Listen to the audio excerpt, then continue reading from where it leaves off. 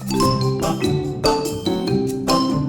YouTube, welcome back to the channel. I'm Maisey the dog groomer, and today I've got one of my lovely clients, Otis. His parents have very kindly let me borrow him to show you some little tips. So today I want to talk about some tips to help with the grooming process for your dog. So grooming can actually be really stressful, and if it's not being taught at home, when they first come into the salon, it can be really overwhelming, really overstimulating, and actually quite terrifying. So I'm going to break this down into a few short video clips to help your dog to have a calm relationship with the groomer and with the grooming process from home. So this is actually probably going to save you a lot of money in the long run as well. If you can master this at home, the quicker they can get through their puppy grooms and the faster they can have adult grooms. Okay, so the first thing I'm going to say is pick your dog up, whether it be a small dog or a big dog. This is something that all of us groomers have to do, whether it's to get them in the bath or to put them on the table. For example, a few weeks ago I had a huge husky, which obviously doesn't get picked up because she was big. But when I went to lift her onto the table, she turned round and snapped at me as if to say, please don't do that, I do not like that. Now this can be really dangerous for us in the grooming salon if the dogs aren't taught to be picked up at home. Now I'm not expecting people to pick up huge dogs because yeah, they're heavy.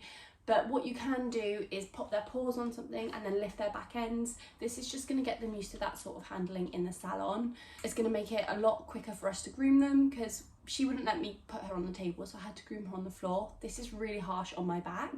It's a lot harder to groom her properly and precisely, and it can be quite dangerous if you're grooming on the floor, especially with a big dog. So it's super important that we are picking our dogs up all of the time and even popping them up onto a table, because then it will replicate what it's like in a salon. Obviously Otis is already on the table. He's super chilled being up here because he's been groomed since he was 12 weeks old. He knows the process, he knows me. So my next tip is the biggest one, the one that I think is most important for grooming, and it is handling. And I know you think you probably handle your dog all the time, but there's a certain way that we do it when we're grooming, and there's a certain way that vets also do it. So this is going to help in both areas. Now I'm not speaking on behalf of vets because I'm not a vet, but they will handle your dogs in similar ways to what we do. So my first tip is to teach your dog to stand up. I know this probably sounds really strange, but when we're grooming, it's really hard to groom a dog that's hunched over. It's really hard to groom a dog that keeps sitting down, and it can be quite dangerous as well. You're not going to get the aesthetically pleasing groom that you're after if you are going for style, and it can take a lot longer. So the dog's going to be in the grooming salon for longer than you really want. Hi. So with Otis, he probably already knows my cues. Can you stand up? Stand up. So yeah, he already knows how to stand up. What I do, if he sits back down again, I'll show you from the side. How I get the dogs to stand up, obviously I say stand up, so every time they hear that, they know what that means now because I say it every single time I'm grooming. But I do a light tap on the stomach. Stand up. Good boy, well done. This is really important to teach, and as you can see, he's kind of stood in an arch. You do want them to be stood up properly, like this. So you want to straighten their legs out and hold their head up.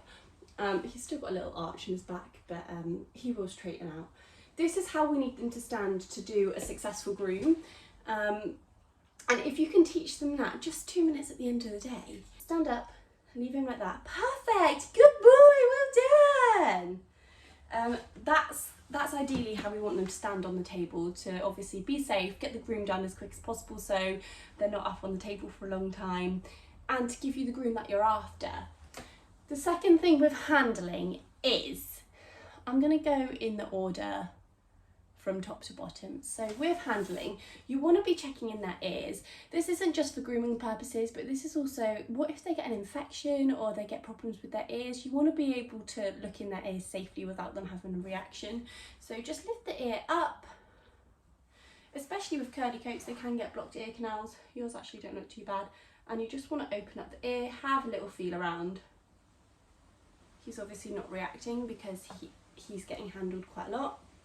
I also do this every time I groom him because I clean the ears. So you want to be able to pick the ears up without a reaction. If you are getting a reaction, you're just going to have to take it a little bit slower. Good boy, Otis. Otis doesn't really work that great with treats, so he works much better with positive. Hi. Hi. The next place you really want to be able to touch on the dog is in their mouth. You want to be able to lift their gums and really have a look in their teeth. This is really good. Good boy, Otis. I try and do this to every single dog. Not every dog likes it. And obviously if it's not being done at home, they're not really gonna be in the routine of having it done. But again, if they need dental work, if they need their teeth brushing, it's really important that we can go inside their mouths and have a little look. Or if they've eaten something, you don't really want them biting you. The next thing I want you to do when handling at home, so I'm gonna go a little routine, is pick the leg up. So I just tap the leg and I always ask them for permission when I want something. So can I have this one? Can I have this one? And he will give it to me. See, because I've asked, and it's really gentle. You just hold it up. Good boy, pop it down. That's what you really want. With the legs, we actually shave under the armpits, so we do need to pull the leg out to the side and up. So this is also another motion that they need to get used to at home, which we wouldn't naturally do. Good boy, Otis. And then again with the front legs, we need to pull the leg up and tuck the paw back. They need to be used to this sort of position. I will show you from the side. So put your paw down, put the leg up and tip the paw back. This is going to allow us to clip the paws out, so it's really important that they can stay in this position. Also, if they do it stood up, so stand up and then straighten you out. Good boy. And then this one, oh, stay up, baby. This one, and then tuck it back. That's going to allow us to clip the pads, so that's super important. The next thing I want to do is lift the back leg. So to lift the back leg, I slot my hand in between here, and then I put my hand around the knee, my thumb is on the front of the leg, and I pick up on the joint and then put the leg down. Again, with the back legs, we need to pick this leg up because we actually need to shave under here. So we need to safely pick it up really gently, pick that up off the floor, make sure they've got balance, and then this allows us to shave under here and all the hygiene areas safely. Pop that one down. The next thing that a lot of dogs really don't like is having their tails picked up. Don't really tend to pick up their tails and play around with them. So what I want you to do at home is stand the dog up and lift their tail up, right up in the air. A lot of dogs will find this really, really uncomfortable.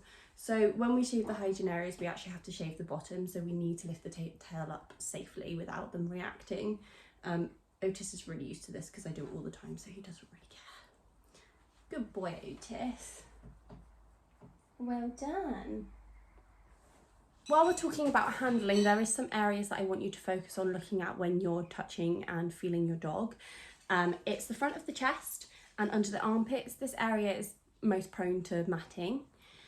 Behind the ears, round the muzzle, bottom of the tail, and where the knee bends. These areas are really, really prone to matting, and it can be quite painful for us to remove them from those areas. So when you are coat checking, you really want to focus in on those areas.